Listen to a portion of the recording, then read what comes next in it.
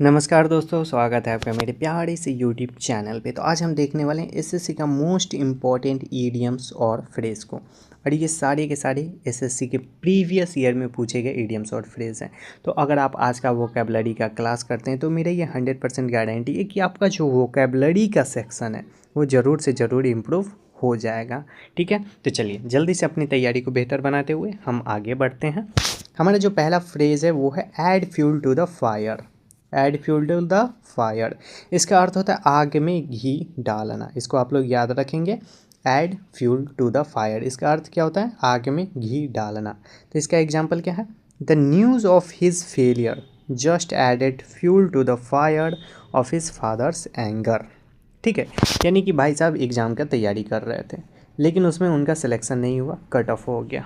ठीक है, इसलिए ये जो न्यूज़ सुन के उनके जो पिताजी थे उनका गुस्सा बढ़ गया। ठीक है, उनका गुस्सा बढ़ गया। क्यों बढ़ गया? क्योंकि भाई साहब सिलेक्शन नहीं लिए और पिताजी ने इतना मेहनत करके कर्जा लेकर के पैसे दे करके इनको भेजा था पढ़ने के लिए, लेकिन भाई साहब पढ़ने के नाम पे कुछ और कर रहे थे जिनसे इनका सिलेक्शन नहीं हुआ। ठीक है, और उसी कारण से उनके पिताजी का एंगर जो था, गुस्सा जो था वो बढ़ गया।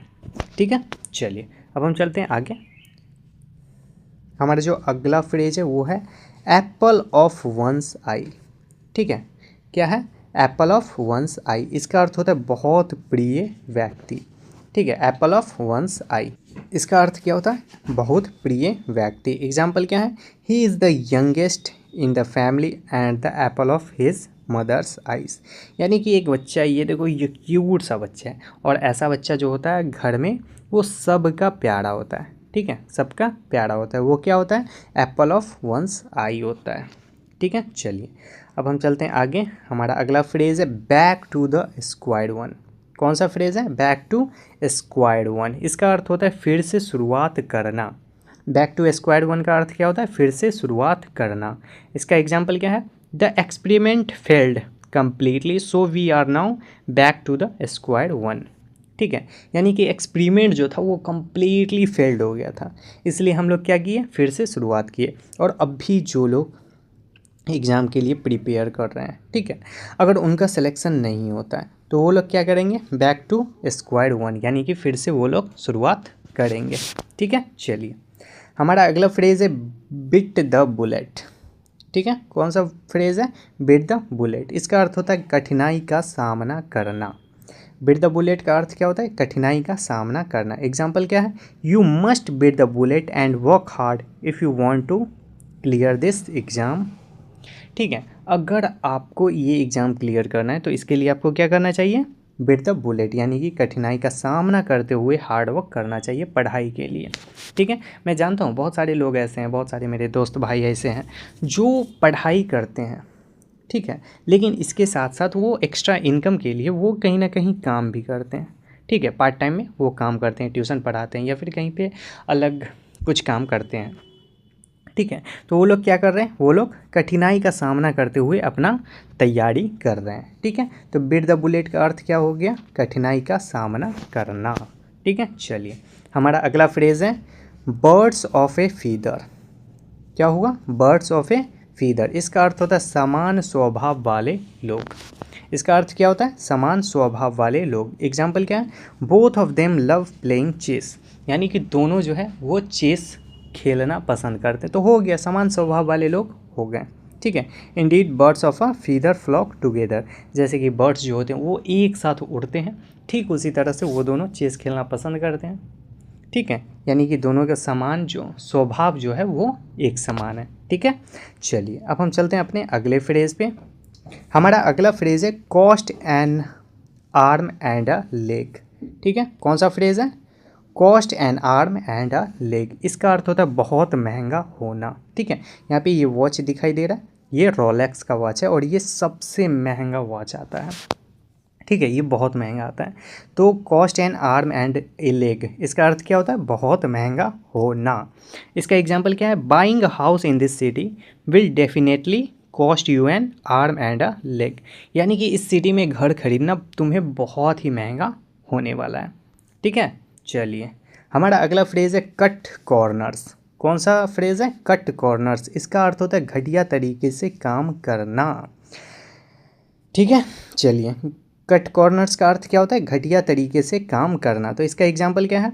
Don't cut corners in your studies if you want to gain real knowledge. देखो भाई, जो लोग भी अभी एग्ज़ाम का तैयारी कर रहे हैं, जो लोग भी अपना प्रिपरेशन कर रहे हैं, अगर उनका सिलेक्शन नहीं होता है, ठीक है, तो वो कहीं ना कहीं अगर अच्छे ढंग से उन्होंने अपना तैयारी किया है तो वो कहीं ना कहीं कुछ ना कुछ करके अपना गुजारा कर लेंगे, ठीक है।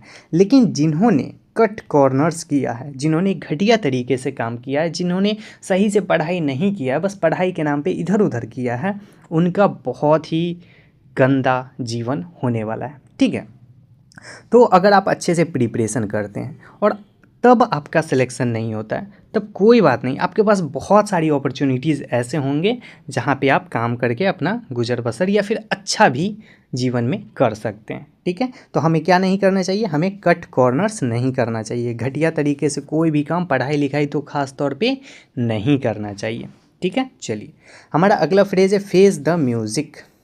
कौन सा फ्रेज़ है? Face the music. इसका अर्थ है परिणाम भुगतना, ठीक है। तो इसका एग्जाम्पल क्या हो गया? He broke the rules and now he will have to face the music from the principal, ठीक है। यानी कि उसने रूल तोड़ा है भाई, ठीक है, रूल तोड़ा है, इसलिए वो प्रिंसिपल उसे अब क्या करेंगे?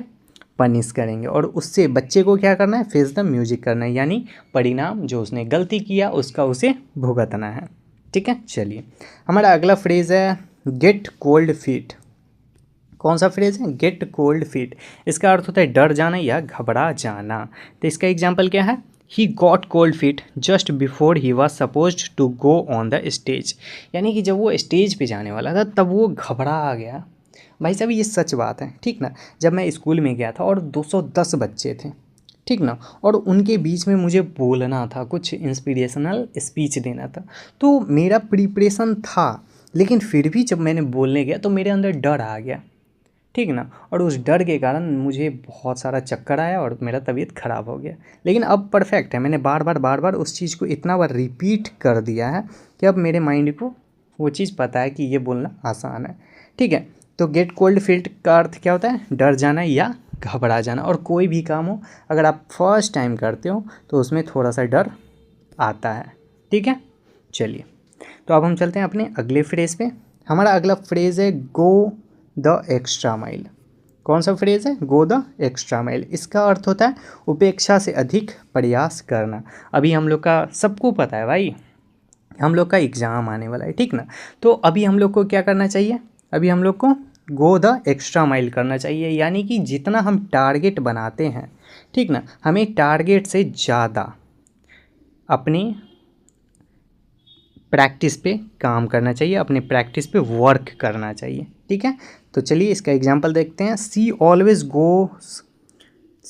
Goes the extra mile to help her students understand difficult topics. यानी कि वो जो है वो हमेशा एक्स्ट्रा काम करती है। क्यों करती है?